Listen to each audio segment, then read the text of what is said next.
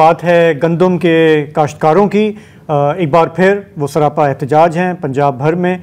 उनका कहना है कि हमने जितनी मुश्किल से हम गंदम उगाते हैं, हमें गवर्नमेंट की तरफ से रेट नहीं मिलता। यही सूरत हाल पिछले साल भी थी, आपको याद होगा, एक बहुत बड़ा क्राइसिस था। इस दफ़ा भी गवर्नमेंट ने तकरीबन साफ जवाब दिया है कि वो सपोर्ट प्राइस वाला सिस्टम अब मज़ीद नहीं चलेगा। इंस्टेड आज पंजाब हुकूमत ने, चीफ मिनिस्टर ने ऐलान किया एक किसान पैकेज का जिसकी लागत है 15 अरब रुपए, और उनका कहना है कि इससे साढ़े 5 लाख किसान जो हैं इससे मुस्तफ़ीद होंगे। उसके 2-3 सेलियंट पॉइंट्स मैं आपको बता देता हूँ।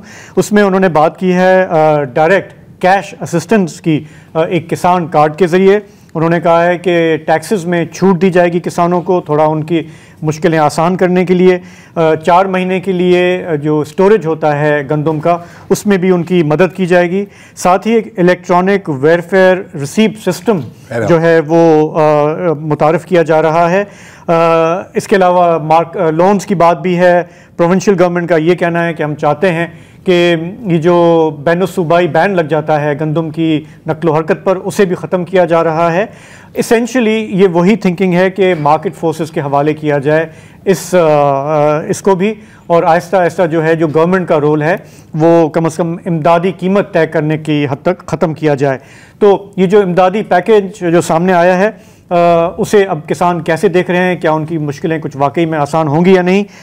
रिएक्शन देने के लिए हमारे साथ उकाड़ा से हैं पाकिस्तान ज़राअत चैम्बर सदर चौधरी शौकत चड्ढर हमारे साथ हैं। स्टूडियो में शामिल गुफ्तगू होंगे आदिल मंसूर। आप रिसर्चर हैं ज़राअत पे, पॉलिटिकल इकोनॉमी जो वीट की है उस पर भी आप खासा लिखते हैं। तो पहले शौकत साहब, आपका रिएक्शन, ये जो इतने बुलंदबान दावे किए पंजाब हुकूमत ने, कुछ आपकी तशफ़ी हुई या नहीं? जी बहुत शुक्रिया। सबसे पहले तो मैं थोड़ा सा इसमें हिस्टोरिकल बैकग्राउंड में जाऊंगा। सर तमाम माजरत के साथ, थोड़ा सा टाइम कम है, अगर आप तारीख को भी रहने दें कि वो फिर कभी कर लेंगे। पहले मुझे अगर फौरी रिएक्शन दे दें कि जो गवर्नमेंट ने ये ऐलान किया है इसमें आपके लिए कुछ है या नहीं है? जी, ये जो मौजूदा गवर्नमेंट ने अभी किसान पैकेज का ऐलान किया है जिससे तवक्को की जा रही है कि किसान मुतमईन नजर आएगा। अब मसला असल में यही है कि हम ना हमारी एग्रीकल्चर मैकेनाइज्ड है, ना हमारा किसान मैकेनाइज्ड है। हम असल में शुरू से एक ही सिस्टम को समझ पाए हैं, हमारा जो किसान है, कि हमारी चीज का फौरी तौर पर हमें रेट मिल जाए। ये जितना सिस्टम है ये एक मैकेनाइज सिस्टम है, इससे किसान फौरी तौर पर मुतमईन नजर नहीं आ रहा, क्योंकि ये 1500 अरब की जो फाइनेंशियल असिस्टेंस अनाउंस की है, ये वो एक अपने एंगल से एक अच्छा इकदाम है हुकूमत का। इससे हम ये नहीं कह सकते कि इससे किसान को फायदा होगा, लेकिन चूंकि फौरी फायदा नहीं होगा और किसान क्योंकि इस पूरे सिस्टम से भी वाकिफ नहीं है, और दूसरा उसका एतबार जो है वो सिस्टम पे नहीं है, क्योंकि अब तक तो जितने भी इस तरह के पैकेजेस आए हैं उसका बेनिफिशियरी कभी किसान नहीं रहा, जिसकी वजह से एक तो वो मिसट्रस्ट की सूरत हाल है कि किसान इस पूरे सिस्टम पे एतबार नहीं करता। मतलब मैं अगर इसको थोड़ा सा आसान कर दूं, आपका ये कहना है कि जो गंदम आप उगा रहे हैं वो गवर्नमेंट आप थोड़े बहुत मुनाफे पे आपसे ले ले तो वो उससे आपकी मुश्किलें जो हैं वो एड्रेस होंगी? जी बिल्कुल, ये क्योंकि हमारे लिए ये आसान अमल है ना, हम शुरू से इसी के आदी हैं, इसी सिस्टम में हम चल रहे हैं। जब कोई नई चीज आएगी तो उसको एक समझने में किसान को उसको प्रोसेस को अडॉप्ट करने में एक लंबा अरसा लगता है। अभी किसान को ये समझ नहीं आ रही है, और दूसरा सिस्टम पे मिसट्रस्ट है, वो किसान जो है उसे ये लग नहीं रहा कि ये फायदा मुझे पहुंचेगा, जिसकी वजह से एक बात सर, पिछले साल हमने देखा कि गवर्नमेंट ने आपकी मदद नहीं की, बहुत क्राइसिस हुआ, किसान मुतासर हुआ, और पिछले साल गवर्नमेंट ने तकरीबन ये क्लियर किया था कि गोइंग फॉरवर्ड हम ये जो रेट वाला सिस्टम है, पुराना सिस्टम में हम नहीं करेंगे। तो इस साल जब आप गंदम बो रहे थे तो आपको अंदाजा था कि वही चीज़ रिपीट हो सकती है, तो आपने इस हवाले से क्या किया? मतलब आपको ये अंदाजा तो था ना कि इस दफ़ा भी यही होगा? असल में अंदाजा था हमें, लेकिन जब सीएम पंजाब की तरफ से बार बार ये वादे किए गए कि हाँ आप गंदम उगाएं, हम आपके साथ खड़े हैं, ये पंजाब गवर्नमेंट आपसे एक एक दाना अपने किसान भाइयों से खरीदेगी, तो उस एतबार की वजह से किसान दोबारा एक दफा फिर गंदम की तरफ आया और किसान ने गंदम उगाई। वो कि हमारे काश्ता रकबे के अंदर कमी हुई है, लेकिन उन ऐलानात के बाद जो वादे वहीद किए गए थे, किसान एक दफा फिर हुकूमत पे मुतमईन नजर आया, उसने गंदम काश्त की। लेकिन हुकूमत अगर ये पहले दिन से ये क्लियर कर देती कि हम इसमें ओपन डोर पॉलिसी पे जाएंगे और मार्केट फोर्सेस पे छोड़ेंगे, हम आपसे किसी सूरत गंदम नहीं लेंगे या आपको किसी पैकेज की सूरत में रिलीफ देंगे, तो शायद किसान जो है वो इतना बददिल ना होता जितना बददिल इस वक्त है। क्योंकि हुकूमत से उसने एक दफा फिर अपनी उम्मीद वो बस्ता कर ली थी पिछले साल धोखा खाने के बावजूद। लेकिन इस दफा भी जब हुकूमत ने इन टाइम ये कहा कि हम आपसे गंदम नहीं खरीदेंगे, हम आपको इंडिकेटिव प्राइस और स्पोर्ट प्राइस दोनों में से कोई एक भी नहीं देंगे, जिसकी वजह से ज्यादा बददिली है। और दूसरा, इस वक्त मार्केट के अंदर कुछ ऐसी कुव्वतें हैं जिन्होंने मार्केट को कैप्चर कर लिया है। आप ये देखें कि फसल आने से पहले यही मार्केट 2800-2900 रुपए में गंदम की मार्केट थी, लेकिन जैसे ही क्रॉप की प्रोडक्शन शुरू हुई है वही मार्केट 2200 पे आ गई है। यानी मार्केट की वो फोर्सेस, अब यहाँ पे तो हुकूमत ने किसान को महफूज करना था, लेकिन हुकूमत अपना हाथ खींच गई है। बिल्कुल, ये हमारे यहाँ जब हम कहते हैं ना मार्केट, एक होती है मार्केट फोर्सेस जो आप कार्टेल फोर्सेस, नहीं, एक होती है जो आप इकोनॉमिक्स की किताब में पढ़ते हैं, और एक होती है जो हकीकी होती है। तो हकीकी मार्केट फोर्सेस। आदिल, मैं आपका इसमें इनपुट, ज़ाहिर जो ये पैकेज है इस पर भी मैं आपसे बात करना चाह रहा हूँ, लेकिन लग ऐसे रहा है कि ये जो वीट की सपोर्ट प्राइस हटाई है, अब हम एक आर्ग्यूमेंट कर सकते हैं कि यार ठीक है यार, धान में तो कोई सपोर्ट प्राइस नहीं होती, मकई में कोई सपोर्ट प्राइस नहीं होती, गंदम में है, उसकी अपने एक वजूहात हैं, लेकिन इसको एक फेज्ड तरीके से भी तो किया जा सकता था ना। यहां पर तो एक आप समझते हैं कि शॉक थेरेपी हो रही है हमारे काश्तकारों की, तो इसके बारे में आपका क्या ख्याल है? अच्छा, ना सिर्फ शॉक थेरेपी हो गई, 2 साल हो गए, दूसरा साल हो गए, लेकिन ये मार्केट फोर्सेस बिल्कुल भी नहीं है। मार्केट फोर्सेस का मतलब ये होता है कि किसान की जो मर्जी वो लगाए। सोइंग सीजन में वो बिल्कुल सही कह रहे हैं, बाकायदा वीट सोइंग कैंपेन होती है जिसमें हुकूमत बाकायदा इनकरेज करती है, आप लगाएं। तभी एक प्लानिंग डिवीजन एक टारगेट देता है कि 9 मिलियन हेक्टर या 10 मिलियन हेक्टर लगाना है। फेडरल कमेटी ऑन एग्रीकल्चर बैठती है अक्टूबर के महीने में, वो टारगेट देती है कि हमें ये रीच करना है, फिर सीड बांटती है उस हिसाब से। और यही गलती कपास में भी कर रहे हैं। कपास का भी रेट टूटा हुआ है और आज की तारीख में कपास की सोइंग के लिए कैंपेन कर रहे हैं, किसान को कह रहे हैं लगाओ। ये मार्केट फोर्स नहीं है, ये कहीं किसी सूरत मार्केट फोर्सेस नहीं है। दूसरा ये कि ये मार्केट फोर्सेस पे यकीन रखते भी नहीं ना, जो इस वक्त इनको जो कन्वीनियंट रहता है वो पॉलिसी अडॉप्ट कर लेते हैं। पिछले साल क्योंकि प्राइस सप्रेस करनी थी तो मुकम्मल छोड़ दिया। इस साल क्योंकि लगता है कि शॉर्टफॉल आने वाला है तो थोड़ा सा सपोर्ट अब दे रहे हैं। आई थिंक स्क्रैम्बल कर रहे हैं वो भी सपोर्ट देने की, बिल्कुल लास्ट मोमेंट पे ये सपोर्ट नहीं है क्योंकि कॉम्पनसेट नहीं करती किसान को फॉर हिज लॉस। किसान की कॉस्ट अगर 3,000-3,500 रुपये फी मन पड़ती है और उसको 2200 रुपये मार्केट में रेट मिल रहा है, तो ये जो आज 15 बिलियन अनाउंस हुआ है या 15 अरब जो अनाउंस हुआ है, ये मुश्किल से 100-150 रुपये फी मन एक्स्ट्रा मिल रहा है। तो ये कॉम्पनसेशन तो कतई नहीं है। तो इसको हम पॉलिसी तो नहीं कह सकते। ये पॉलिसी नहीं है। ये क्या है? मतलब ये खोखले नारे हैं, ये एक शो पीस है दिखाने के लिए। टोपी ड्रामा है, टोपी ये हॉर्स एंड पोनी शो है। बिल्कुल हॉर्स एंड पोनी शो, बिल्कुल वही है।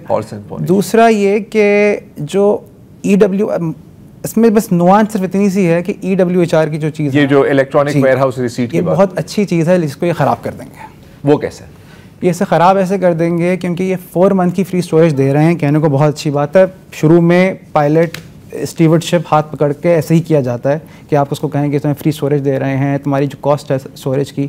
लेकिन एक वो किसान जिसने कर्ज़े पे लेके पिछली 4-6 क्रॉप्स लगाई थी और पहले ही कर्ज़ों में डूबा हुआ है, इसको आज पैसे चाहिए, उससे आप कह रहे हो ठीक है फ्री में स्टोर कर लो 4 महीने के लिए, 3 महीने के लिए, 6 महीने के लिए, और जब तुम्हें रेट बेहतर लगे मार्केट में आके बेच देना।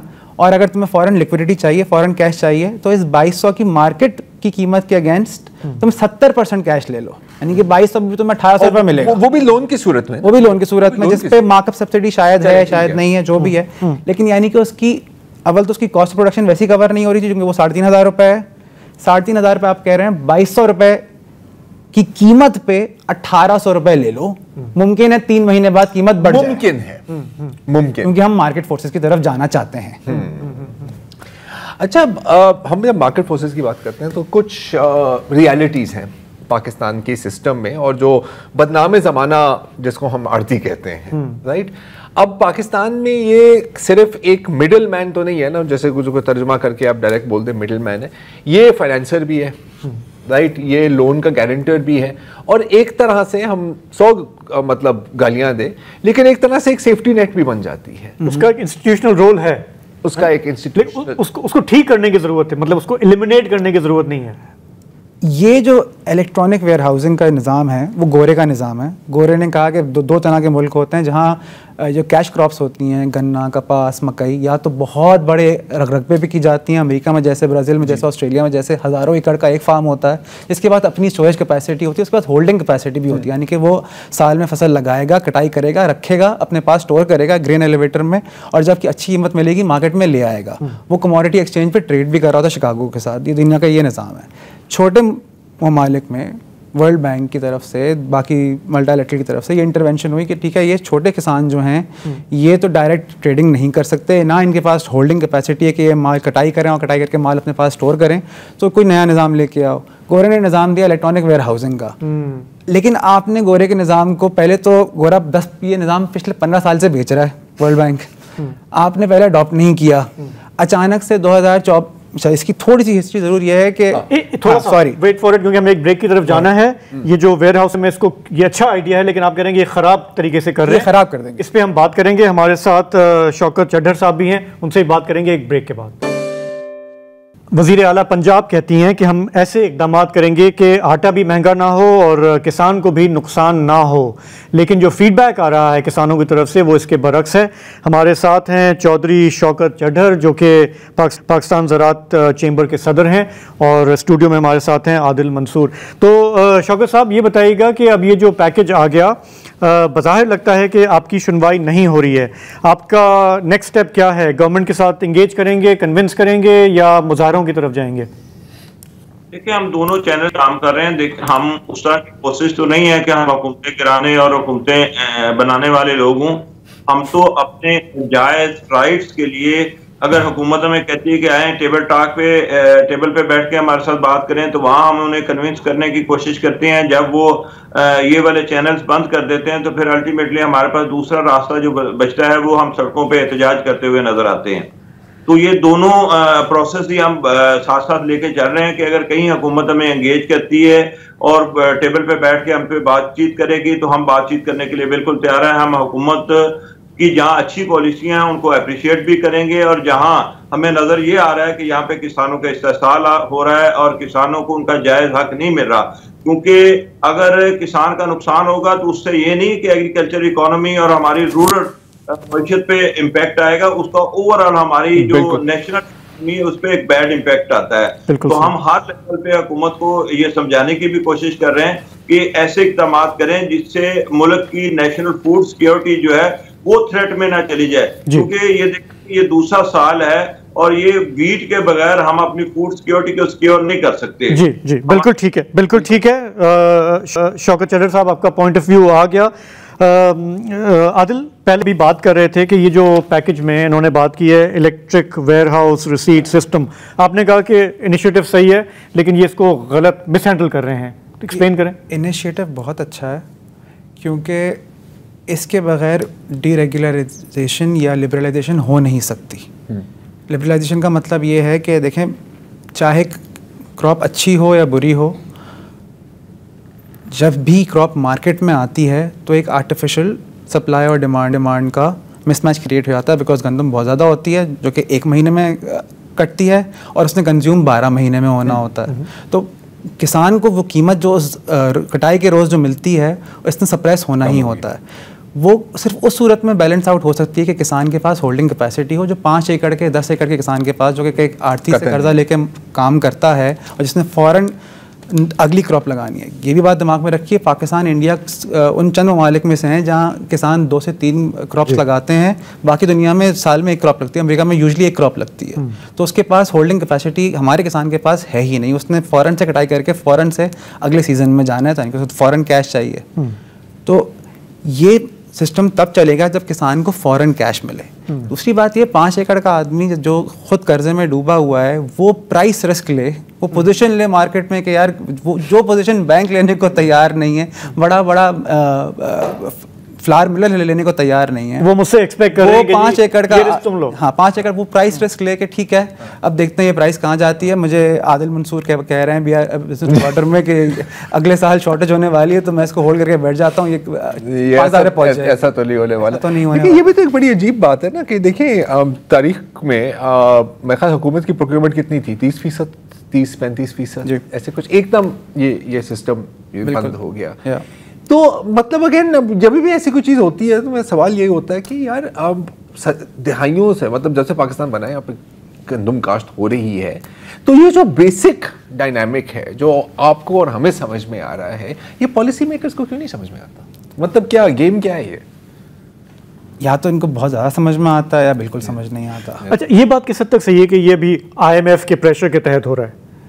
ये बात पिछले साल तक तो शायद दुरुस्त थी या नहीं थी, लेकिन इस साल डेफिनेटली दुरुस्त है, क्योंकि अब आपने वो एग्रीमेंट कर भी दिया और आपने ऐसे अपने परफॉर्मेंस क्राइटेरिया फुलफिल्ड शो भी कर दिया। तो अब इसमें बैक ट्रैकिंग नहीं है अनलेस कि खुदा ना खास्ता कोई डिजास्टर आ जाए और IMF इसको खुद आपको एग्जाम्पशन दे दे इस क्राइटेरिया के ऊपर।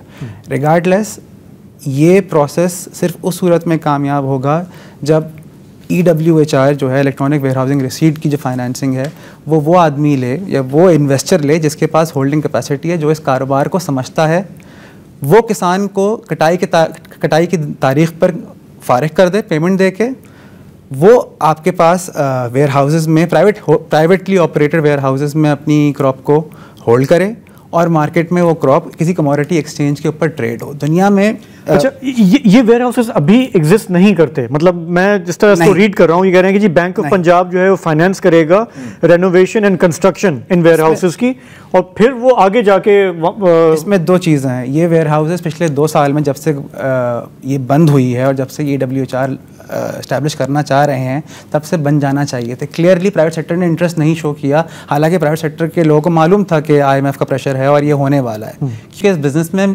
प्रॉफिटेबिलिटी नहीं है। तो अब जाके गवर्नमेंट ऑफ पंजाब ने कहा है कि हमारे जो अनयूटिलाइज वेयर हाउसेज हैं जिनमें हमने पिछले 2 साल से गंदम नहीं खरीदी, वो हम प्राइवेट ऑपरेटर्स को प्रोवाइड कर देंगे। उस पर भी प्राइवेट ऑपरेटर्स ने इंटरेस्ट शो नहीं किया, तो उन्होंने कहा कि ये सरकारी जो गोदाम है यहाँ ला के 4 महीने के लिए फ्री स्टोरेज रख लीजिए और इसके अगेंस्ट EWHR आप हमारे ही ओन बैंक से ले लीजिएगा। देखिए, ये लग रहा है कि ऐसे हपर दपर एडॉक बेसिस पे कि जी कि फिलहाल ये कर लो वो कर लो, हालांकि लाइक यू आर सेइंग इनके पास पूरा साल था तकरीबन। क्या अगर आपने ये करना है आगे, अब इनको डर ये है कि शॉर्टफॉल आने वाला है, और जो शॉर्टफॉल इनके देखें, अगर इसमें कोई इंटेलिजेंट डिज़ाइन था, वो इंटेलिजेंट डिज़ाइन ये था कि पिछले साल जब इन्होंने किसान को धोखा दिया, उससे रोटी की प्राइस वाकई में नीचे आ गई, आटे की प्राइस वाकई में नीचे आ गई और उससे इन्फ्लेशन वाकई कोलैप्स कर गई। अब अगर पॉलिसी रिवर्सल हो गया, उसकी वजह देखें यह है कि सबको डर लग रहा है कि इस साल ड्राउट आने वाला है। ड्राउट आया तो अगला खरीफ का सीज़न जो इसमें कपास या मकई या चावल लगता है उसमें भी नुकसान होगा, और उसके बाद वो नुकसान आगे ट्रिकल डाउन करेगा इनटू दी अगला गंदम का सीज़न जो होगा। तो अब सबको बहुत खौफ है ड्राउट की वजह से, जिसकी वजह से मेरे ख्याल में ये हो रहा है। लेकिन ये लोग नहीं बिलीव करते फ्री मार्केट में, इस धोखे में मत रहिए, क्योंकि अगर कोई फ्री मार्केट में या डीरेगुलेशन में बिलीव करता है तो वो ये नहीं कहता कि आटे की कीमत इस रेट पे फिक्स्ड है, इस रेट पे फिक्स करने के लिए मैं फ्लावर मिल को सब्सिडी भी दूंगा, लेकिन गंदम की कीमत फ्री है, वो 2200 रुपए के या 1800 रुपए के, ये मेरा सर मतलब या तो इधर हो या तो उधर हो ना। बिल्कुल, या तो फ्री मार्केट या तो उधर हो। अच्छा, ये जो आपने बात की ना कि रोटी की कीमत कम आई है, तो शायद यही कैलकुलेशन है, क्योंकि मैं बिजनेस रिकॉर्डर का ये आर्टिकल पढ़ा था BR रिसर्च का कि जो प्राइस कंट्रोल की अथॉरिटीज़ हैं पंजाब में, तो उन्होंने खुल के कहा है कि यार या तो हम चंद हज़ार काश्तकारों का ख्याल रखें या तो हम फिर करोड़ों अवाम का ख्याल रखें जो ये रोटी खा रहे हैं। लेकिन ये चीज़ें जुड़ी हुई है ना, मतलब इन चीज़ों को हम सेपरेट कैसे कर सकते हैं? ये चीज़ें इतनी जुड़ी हुई हैं कि आप ये सोचिए, पंजाब में जब कटाई के वक्त, आपने शायद कराची में ये महसूस किया हो, जब कटाई होती है गंदम की तो बहुत सारी एक माइग्रेंट लेबर होती है जो वापस गाँव जाती है कटाई के लिए। उसको कटाई की कीमत या अपनी लेबर की कीमत रुपए में उन्हें नहीं मिलती, गंदम की बोरी में मिलती है। यानी कि अगर मार्केट में रेट जो पहले 4000 था 2023 में, वो 2 साल बाद 2200 पर आ जाएगा, तो उसको अपनी लेबर की कीमत में गंदम की बोरियां भी कम मिलेगी। यानी कि वो जो वही ड्राइवर, वही सफाई करने वाला जो अपनी फैमिली के लिए गंदम स्टोर करके आता था अप्रैल के महीने में, मई के महीने में, जून के महीने में, और उसे 10 बोरियाँ मिलती थी 1 महीने काम करने की, या 25 बोरियाँ मिलती थी, उसको अब 18 या 15 बोरी मिलेगी। तो रूरल इन्फ्लेशन भी इसमें है, वो आपको बार्टर के सिस्टम में नज़र नहीं है क्योंकि उसमें उसका कैश इम्पैक्ट नहीं है, वो ट्रांजैक्शन कैश में नहीं हो रही, बार्टर की फॉर्म में हो रही है, तो आपको नज़र नहीं आ रही, लेकिन उसकी एक्चुअल रियल इनकम भी और उसकी समझे न्यूट्रिशन भी असरअंदाज हो रही है, बिकॉज उसको 25 की जगह 20 बोरियाँ मिल रही हैं। तो मतलब इसका एक मनफी ट्रिकल डाउन इफेक्ट है। इसका बहुत ज़्यादा मनफी इम्पैक्ट है। पाकिस्तान की रूरल इकॉनमी में ये इंडेक्सेस बहुत ज़्यादा मॉनिटर नहीं होते। पहली बार ऐसा हुआ है कि 2 क्वार्टर्स या 2 छमाही तक प्राइसेस डिक्लाइन किए हैं। प्राइसेस यूजुअली डिक्लाइन नहीं करते, प्राइसेस की रफ्तार स्लो डाउन होती है। प्राइसेस डिक्लाइन करने का मतलब यह है कि लोगों के पास खर्च करने की कैपेसिटी ख़त्म हो गई। अच्छा, किसी का जो नुकसान है वो दूसरे का फायदा भी बिल्कुल है। हमारा फायदा, आपका, मेरा जो यहाँ बैठा है कराची में, मसलन यहाँ किसान का नुकसान है। अगर गंदम ड्राउट की वजह से या कल बदल हो जाता है किसान और वो कहता है बस नहीं लगानी, तो उसके बाद जाहिर है बाहर से गंदम मंगानी पड़ेगी। बाहर से गंदम मंगाने वाले जो कार्टेल हैं उनके वारे न्यारे होंगे, वो यूक्रेन से कंट्रोल करेंगे। और फिर जो है यहाँ से वही स्मगलिंग और होर्डिंग और वो सारा काम जो है शुरू हो जाएगा, तो लोग तो करोड़पति अरबपति बनेंगे। लेकिन कार्टेल की बात भी दुरुस्त हो सकती है, लेकिन उससे ज़्यादा बात यह है कि आप ये बेट, हुकूमत का काम, स्टेट का काम ये नहीं है कोई बेट लगाए कि क्योंकि टैरिफ या ट्रेड वॉर होने वाली है तो मैं ये देख रहा हूँ कि अगले साल इंटरनेशनल कमोडिटी मार्केट में गंदम कीमत नीचे आ जाएगी तो खैर हुई, शॉर्टफॉल होता है यहाँ पे तो होए, हम सस्ती गंदम मंगवा लेंगे। अरे भाई, सस्ती गंदम ना हुई तो फिर कोई और जंग छिड़ गई, यमन से मजीद 2 मिसाइल दाग दिए गए, उसके बाद अगर ट्रम्प जैसा बंदा बैठा है वॉशिंगटन में, वो कुछ और कर दे, उसको खुद नहीं पता कि एक मुल्क जिसके पास डॉलर नहीं है वो ये बैठ ले कि नहीं गंदम कीमतें नीचे आने वाली हैं ग्लोबल मार्केट में, तो हम बीट अमेरिका से मंगवा लेंगे, ब्राज़ील से मंगवा लेंगे। अब मैं तो यही तो एक अब मैं थोड़ी सी बहुत ड्रामेटिक बात नहीं कहना चाह रहा, लेकिन क्या ये कहना दुरुस्त होगा कि एक तरह से आप मुल्क के मुस्तकबिल के साथ जुआ खेल रहे हैं? हाँ?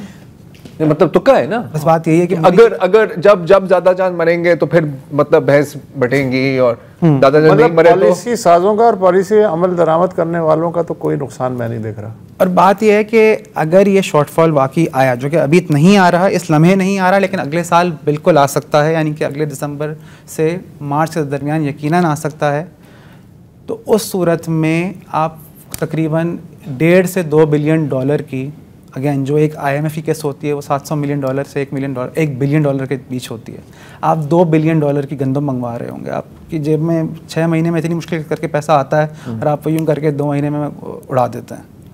अच्छा, जस्ट टू बी क्लियर, ये जो सारी गुफ्तगू हमने की ये पंजाब के हवाले से की, सिंध में भी यही सब कुछ है? मतलब ये जो सिंध ने कोई स्कीम नहीं है, सिंध ने कहा कि सिंध ने कोई ऐलान नहीं किया, लेकिन यहाँ का किसान जो है, जो गंदम का किसान है, उसके भी यही सिमिलर इश्यूज हैं। और एंड में मैं सिर्फ एक बात ऐड करना चाहूँगा कि ये पॉलिसी डिज़ाइन में कोई इंटेलिजेंस इसलिए नहीं है क्योंकि अगर आपको फ्लावर की और रोटी की कीमत कम रखनी है तो फिर डिमांड तो उसकी बढ़ेगी ना। आप कहीं एक तरफ के मेरे पास 28 मिलियन मेट्रिक टन है, लेकिन मैं प्राइस ज़बरदस्ती नीचे भी रखूँगा तो फिर उसकी डिमांड बढ़ भी जाएगी। जल्दी जब डिमांड उठेगी तो फिर कल को तो शॉर्टफॉल आना ही आना है। मतलब रोटी सस्ती होगी तो एक के बजाय मैं 2 खाऊंगा। चलें, एक तरह से इस मौजू पर हमारे पास यही टाइम था। आदिल, आपका बहुत बहुत शुक्रिया।